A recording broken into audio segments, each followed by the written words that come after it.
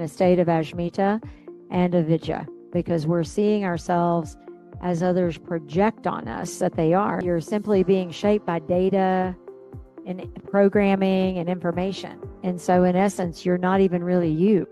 You are a chameleon. You're shaping yourself. Who's going to show up today? Really understanding that our identity and the way we view our identity is, are you the one that's clear on how your identity, your ahamkara, often sometimes that is ego, are you the one shaping that? Your ahamkara, your ego, is meant to be the instrument or the expression of the soul in the human realm. But is the expression that I'm seeing, is it real or is it fake? Are you kind of walking around in this sort of deceptive lie? Are you kind of cobbled together by the programming of others and the data that others have fed to you through society? When we find ourselves identifying by the way society says who we are and who we should be, what this is it's actually the kleshas. The kleshas is within the same family or the same origin as the word karma. Karma is cause and effect. Kleshas are the behavioral afflictions, consciousness afflictions that keep us repeating the same karma over and over again.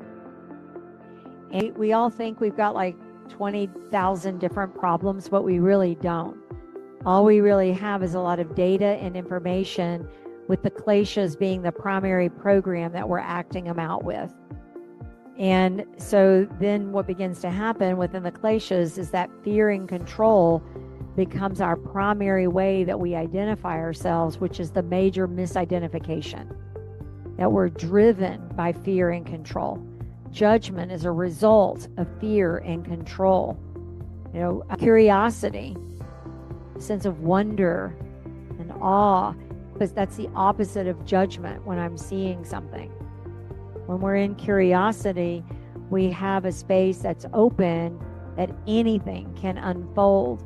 There's this possible new emerging reality that we are not blocking, but our own fear and control that has come innocently, as a result, it comes out of, I want to be loved, but the problem is that it's not really love. It's approval. And so we're constantly dancing back and forth.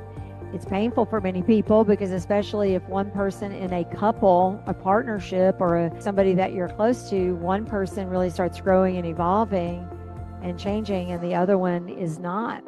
It becomes extremely challenging because you've blended the identity together.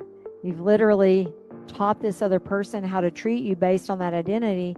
Then you start trying to break out of that identity, and it's like, no, you're not. It's the crab trap principle. One of the ways they catch crabs is they set out these cages and they put chicken necks in them and all these things in them in the bottom, and then the crabs go, they swim in, they go into the cage, they eat all of the chicken, they stay in the cage, and there's usually always one or two that the food runs out, that they're like, I'm out of here, I'm not staying here anymore. A little bit more consciousness in the crab.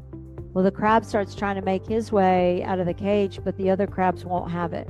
The other crabs will kill anyone that tries to leave the cage. So crabbers know this is how you trap crabs, because if one crab was to get out, guess what happens? This is why teaching what you learn is really important, because you're a crab that gets out of the trap. You just don't go swim off somewhere and leave all the crabs there. You start demonstrating, because once one crab sees the crab get out of the trap, the other crabs are going to start trying to get out too, because they're going to start to realize, and they get a little bit smarter. As far as I know right now, that hadn't happened. Crabbers are still using those cage thingies to catch crabs. But you have to ask yourself, where is my crab trap mentality, and how am I training people? And when I look at my environment, am I surrounded by crabs? And have I created a situation at home? Have I created a situation in the people that I'm drawing in my life, that I'm teaching them that as I grow and I recognize we're out of food here and I'm going to go get more food, you want to pay attention to your relationships. Are your besties and Your partners, are they willing to pull your claw off to make sure you don't leave the trap? And that is human nature in its lowest form, Anamaya realm of awareness. And to me, these things are so serious. That is not going to happen. And I'm not going to ask for permission to leave the trap either. I'm going to get out of there. And I'm not going to sit around and wait. I'm getting out of there. And so this is so much what the kleshas are addressing. And this is so much the principle of how that fear and control starts happening. And so the kleshas, where you'll learn more about the kleshas, where you can go more in depth, is in the practice of the Yoga Sutras in the second book and the third sutra. So Sutra 2.3. Avidya, smita, raga, devesha, abhinavesha, klesha. Ignorance, false sense of self-identity, attachment, aversion, and fear of death are the afflictions. These obstacles breed pain, mental agitation, unsteadiness in our limbs and organs, and disturbances in our inhalation and exhalation. These are the cause of the 9 obstacles. So it's like a little proliferation of these things. It gets bigger and bigger. It creates a sense of powerlessness, and the entire range of sorrow, from disease to a crippling sense of powerlessness, originates in the kleshas, the 5 afflictions, and is sustained by them.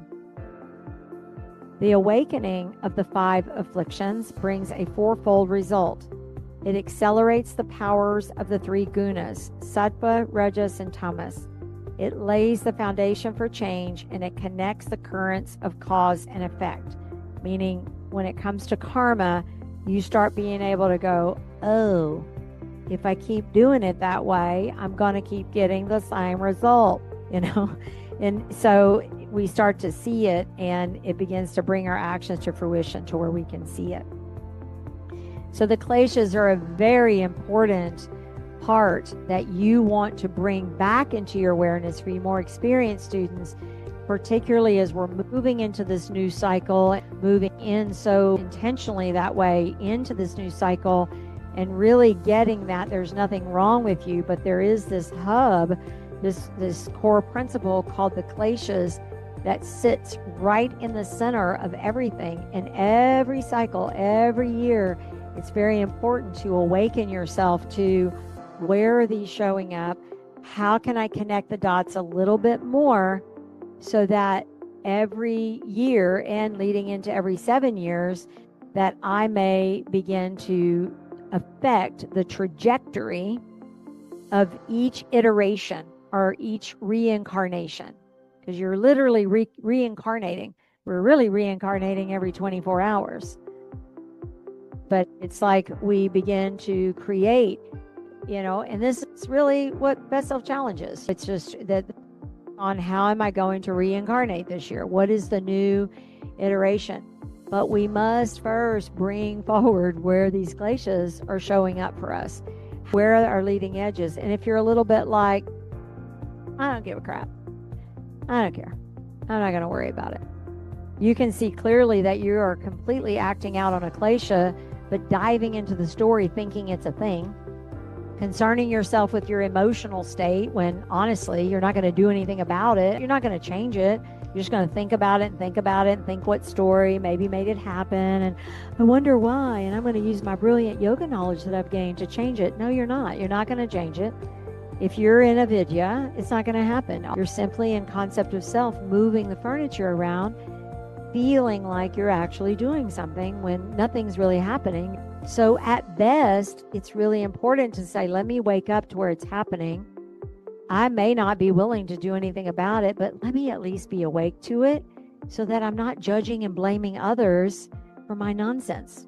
So when I look out in the world and I see what's happening, I see atrocities and division, and I see all these things happening, I don't make it about me. I'm less and less identified with it. It has no power. And the more the data and the information and the kleshas can have less power over you, the more free you are. And the more free you are, that means you're really being you. You're really the authentic Svabhava. Svabhava is the essence. Bhava is the feeling tone or frequency. You're the frequency of who you really are. And when I look at you, I'm looking at who you really are. We're two Svabhavas engaging with each other. And you know when that's happening. You know when it's happening, you know it's not. And that's key, because waking up to it, it's key to be able to know. And I call it like pure relating.